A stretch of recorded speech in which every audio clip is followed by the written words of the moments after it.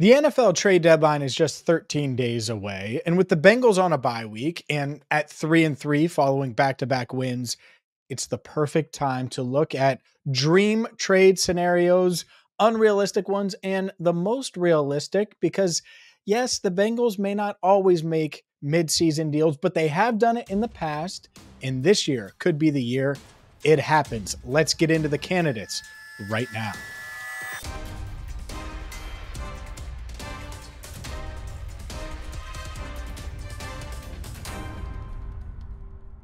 Hi again, everyone, and welcome in to Cincinnati Bengals Talk. I'm James Rapien of allbengals.com. Hit that subscribe button, ring the bell, and you want to do both of those things just in case the Bengals do make a trade or just in case they do make a move. And we are working on an exclusive interview that we'll have for you probably on Thursday right here on CBT as the bye week rolls on. I have a ton of thoughts on this roster and whether it's rookies like Chase Brown and Charlie Jones, Andre Yosevich, the final 11 games of the season, a ton that I want to get to. But before we get to those videos between now and the start of week 8, when the Bengals start to prepare or continue to prepare for the 49ers, I want to discuss the trade deadline a little bit because the trade deadline is Tuesday, October 31st. So Halloween, 4 p.m. Eastern time. It'll be right after everyone gets back from San Francisco. Win, lose, draw. I think the Bengals should be on the hunt. On the hunt because they're a contending team with an elite quarterback that clearly can have an elite defense, but they have some obvious holes. And those holes could be filled with guys that are on their roster. Those holes could also be filled with potential game changers. And I want to start with the realistic, and we'll go realistic to unrealistic. I was going to start with the really pie in the sky dream trade scenarios, but let's be realistic here. And first, let's look at positions. The 3 positions I think that the Bengals could target: tight end, running back, and then to me, interior defensive line help. Just getting someone that can help your pass rush on the inside. I think they would be open to that. It's a deep room, but if you could add another interior pass rusher, I think they would be open to it. Much, much easier said than done. Not many teams willing to do that, and contracts have to match up in so many things. So when I say realistic to unrealistic, that's part of it. And so we'll see. Before I get into all of these guys, the Bengals are projected to have 9 picks in the 2024 NFL Draft, 7 picks of their own, and then a 5th and 7th round compensatory selection, one for losing Samaje Perine, one for losing Von Bell. And there would have been others, Jesse Bates, but Orlando Brown Jr. cancels him out. There are a couple other signings that cancel each other out from a compensatory pick standpoint. But the point being is they are projected to have 9 picks. So they do have the ammo. And so who could they go get?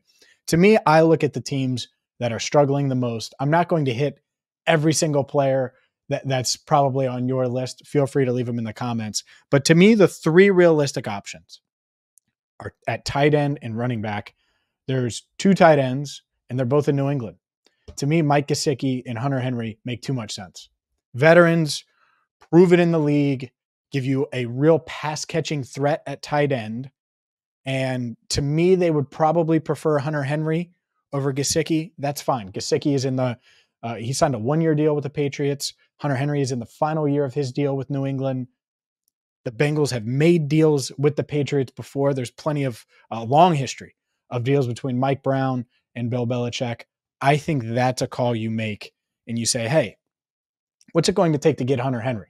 We have this nice 6th round pick for you, and you bring in Hunter Henry, and I think he can become a red zone threat, bare minimum, and maybe just a threat over the middle of the field for the second half of the season. May take him a few games to get caught up, but I certainly would consider targeting Hunter Henry. Mike Gesicki certainly on that list. Another one that a lot of people have mentioned, Samaje Perine, makes a ton of sense. Can you imagine if they're able to move a 7th rounder and get Samaje Perine back? He signed like a 2-year, $7 million deal with Denver. You'd have him for the rest of this year. Next year, if you needed him and wanted him, I'm sure they'd be comfortable with that. And it would make a lot of sense. He knows the system. I mean, if they had to play Sunday and they acquired him today, guess what? He could play Sunday because he knows the system.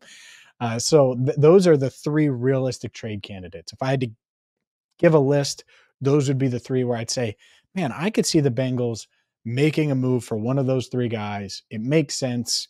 They would fit. Gesicki and Hunter Henry would fit. They would give them a dynamic that they haven't had out of the tight end position. And then Samaje Perine, we know firsthand what he brings to the Bengals backfield. Let's get to the unrealistic candidates. And there are two. And the first one is kind of a dream scenario for me because it's unrealistic, but I still think the call should be made, and I think teams will call about Ramondre Stevenson, averaging just 3 yards a carry this year for the Patriots. And you see that and you're like, man, he's awful. Well, last year he was awesome. Caught the ball out of the backfield, was a dual threat where he's running between the tackles, ran for over 1,000 yards, averages for his career 4.5 yards a carry. So he's been effective, and it's just been a rough go of it for the Patriots. He's still on a rookie contract, has another year next year. I doubt Belichick would be willing to move him for something that isn't unreasonable. Just a second round or first round. You're not doing that if you're the Bengals. But if you could give up a third round pick, Ramondre Stevenson, I would really seriously entertain that. I don't know if the Bengals would. They'd probably be in the 4 to 5 range, and that's where this becomes unrealistic. But a third rounder for a guy like Stevenson, everyone pretends that running backs are easy to come by because they come out of nowhere sometimes. They're still really hard to get right late in drafts. And we've seen that firsthand. And by get right, it doesn't mean quality player. Because I think Chris Evans, Travion Williams, Chase Brown, I think they're all going to be quality players, or are in Evans and Williams' case. But to be contributors, starting level contributors in the passing game, in the running game, all of those things, I think Stevenson is that. So there's my first unrealistic one. And the second one, and the reason that Dalvin Cook is unrealistic, it's not because of his contract. It's not because of the Jets. I think it just has more to do with, when you look at it, like, would the Bengals look at him as an upgrade? And whether it's Stevenson or Cook, you're adding someone that's going to complement Joe Mixon, keep Mixon fresh. With Stevenson, it could be like a 50-50 split, and both guys could stay really fresh. And who knows how the pecking order would go. But I think you could legitimately have a 50-50 split. It was like 55-45 with Samaje Perine last season for most of the year.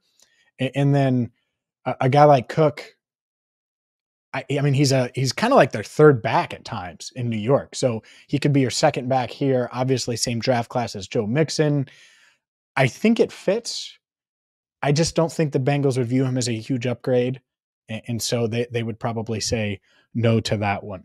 All right. I have the highly unlikely, but not impossible category. And then I also have the dream. And there's one player in the dream. We will get to those coming up next. But when your money's on the line, choose a trusted sports book that gives you tools to win, like MyBookie. At MyBookie, it doesn't matter if your team is up or down. You can easily cash out or bet the game live to come out on the winning side. And obviously, the Bengals are on a bye this week, but the NFL continues to roll on. Whether you're watching Red Zone, maybe you're going to check out the college slate. You can do all of those things with MyBookie, and they have a no strings attached cash bonus that lets you deposit and withdraw quick. All you have to do is use promo code BengalsTalk on your first deposit and receive up to $200 in cash. That's promo code BengalsTalk to claim your own cash bonus now. Try MyBookie Money Bag, by the way, to grab a potential Super Bowl frontrunner at long shot odds. Maybe you want to go plus 3,800 on the Eagles and the Bengals. It would actually be much higher than that. Plus 3,800 is the Eagles and Chiefs. You're not going to find odds like that anywhere else. It's MyBookie. So go there today. Again, it's MyBookie, promo code BengalsTalk to get your cash bonus. Bet anything, anytime, anywhere, only with MyBookie. All right, let's get to my highly unlikely, not impossible category. 4 players on this list. First one, Saquon Barkley. Franchise tag, Giants stink, real easy to see the path. Doesn't mean he would be a long-term option, but if you could get him for a mid-round pick, if he could be had for that, I think you at least kick the tires on it for obvious reasons. He's a stud. And I know he's dealt with some injuries, but if you have a two-headed monster, Barkley and Mixon, you're feeling really good about that. Don't think it's going to happen. I do think he fits the best out of no, he's not the best fit, actually. The best fit would be Austin Eckler. let's say the Chargers continue to lose. He's on the last year of his deal. And they lose this week and they look up, they're like, man, and let's just look at their schedule just to see here what they have. But yeah, okay, so they play the Chiefs and then they play the Bears. So they'll probably split those games. So they're going to be, odds are they're going to have a losing record at 3-4 going into the deadline. Who knows? Maybe they are willing to listen to an Austin Eckler offer. Maybe they lose both of those games and the Bears beat them and it gets real bad. Well, Austin Eckler would be a perfect fit. So I would certainly call. Think it's unrealistic. Doubt he's available. Would certainly be open to it. Darren Waller is another one that's been tossed around.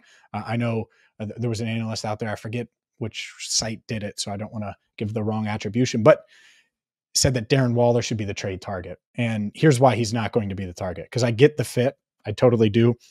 There's a $7.8 million dead cap hit next year. If you release Waller, he's set to make a ton of money. So it's not like the Bengals could trade for him and just release him.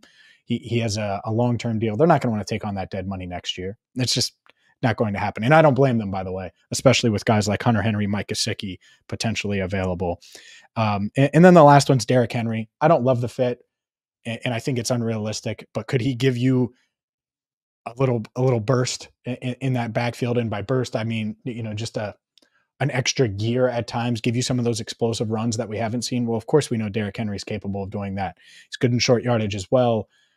I don't think the Bengals are going after any of these high-end running back, Derrick Henry, Saquon, Barkley, making $10+ million a year. You wouldn't have to pay that. It would be prorated. So it's not nearly as much. So that's why I mentioned them. I think it's unrealistic. Austin Eckler would be, of these guys, Waller, Barkley, Eckler, Henry, that would be the dream of those. And let's get to it. The dream. The dream scenario is the Rams stinking over the next couple of games and realizing that they should tear it down. And I don't know if they'll do that. They have the Steelers this week at home, and then they hit the road to play the Cowboys. They could be 3-5. What if they made Thanos available? Aaron Donald. Aaron Donald's available. That makes your defense insane. And so there's the highly unlikely but not impossible. This is the dream, likely impossible category. Aaron Donald would be that one. I don't see it happening. That's why I put it at the end of the video. But if you could get Aaron Donald, even if it's for a 1, which I know is crazy. Oh my God, a 1. I would do it. Because good luck. Good luck. Let's say and you do it after the San Francisco game, and let's say you lose that game. You're 3-4, but you have Aaron Donald in the middle of your defense and Burrow and T getting healthier with Jamar Chase. Feel really good about your chances of making a Super Bowl push this year. So there you go. A lot of thoughts on the trade deadline. We are going to be joined by Ted Karras tomorrow. I want to talk to him about the state of the offense and Joe Burrow and Jamar Chase and obviously T Higgins. And man, a lot's changed over the past 6 weeks. The good news is the Bengals are 3-3. They're right in the thick of it. And we are going to continue to bring you coverage right here on CBT. So for Andrew Fox Miller, our channel coordinator, I'm James Rapien. Andrew is going to love the length of this video. Hopefully you did too. Hopefully the Bengals make a move between now and October 31st, because if they do, we will be here for you. Thank you so much for watching Cincinnati Bengals Talk.